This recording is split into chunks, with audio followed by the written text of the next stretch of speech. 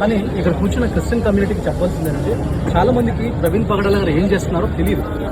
So కేవలం మీకు ఆయన డిబేటర్గా తెలుసు, ఒక పాస్టర్గా మాత్రమే తెలుసు.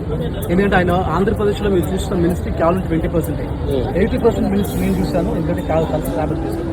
సో నార్త్లో ఆయన ఏం చేస్తున్నాడు, యూఎస్లో ఏం చేస్తున్నాడు, హైదరాబాద్లో ఏం చేస్తున్నాడో నాకే తెలుసు. సో ఆయనకి 2 సాఫ్ట్వేర్ కంపెనీస్ ఉన్నాయి, అంటే హైదరాబాద్లో ఒకటి, యూఎస్లో. So is CEO of A software company. So ఆయన అంత మాత్రమే కాదు, చాలా మంది స్టూడెంట్, ఈవెన్ ఆ సాఫ్ట్వేర్ కంపెనీస్లో దేవుని విలువలతో ఒక సాఫ్ట్వేర్ కంపెనీ అది ఎట్లా ఉంటుంది అని అంటే వాచ్మెన్ దగ్గర నుంచి మేనేజర్ వరకు అందరికీ ఈక్వల్గా ఇన్సూరెన్స్ పాలసీ ఉంటుంది. బాస్ దగ్గర నుంచి వాచ్మెన్ వరకు అందరు కలిపి లంచ్ చేయాలి,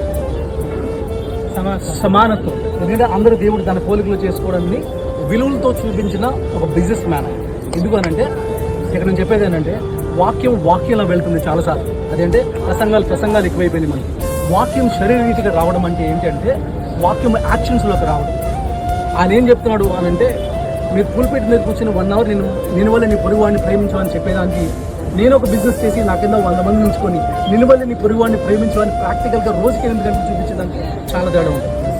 దేవుడు కూడా హెవెన్లో కూర్చొని గులాబ్ పువ్వు ఐ లవ్ యూ అని చెప్పాలి. నీకు అర్థమయ్యే స్థాయిలో దిగాడు, అర్థమయ్యే స్థాయిలో దిగిన వాడు ప్రవీణ్ పగడాల.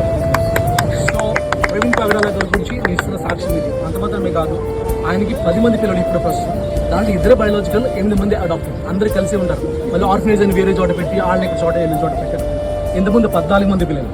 సో ఒక పిల్లలు ఒక స్థాయికి వచ్చి వాళ్ళని మెచ్యూర్ చేసిన తర్వాత వాళ్ళు ఏం చేస్తారంటే వాళ్ళు మళ్ళీ ఫ్యామిలీస్ దగ్గర పంపించేస్తారు, మళ్ళీ కొత్త మందిని తీసుకుంటారు.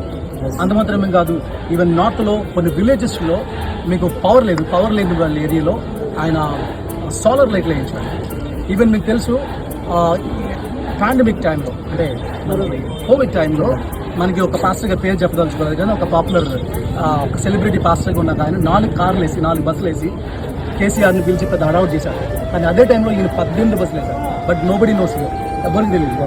ఎందుకంటే నేను చెప్పేవారు, ఎందుకంటే నేను ఉన్నాను కాబట్టి.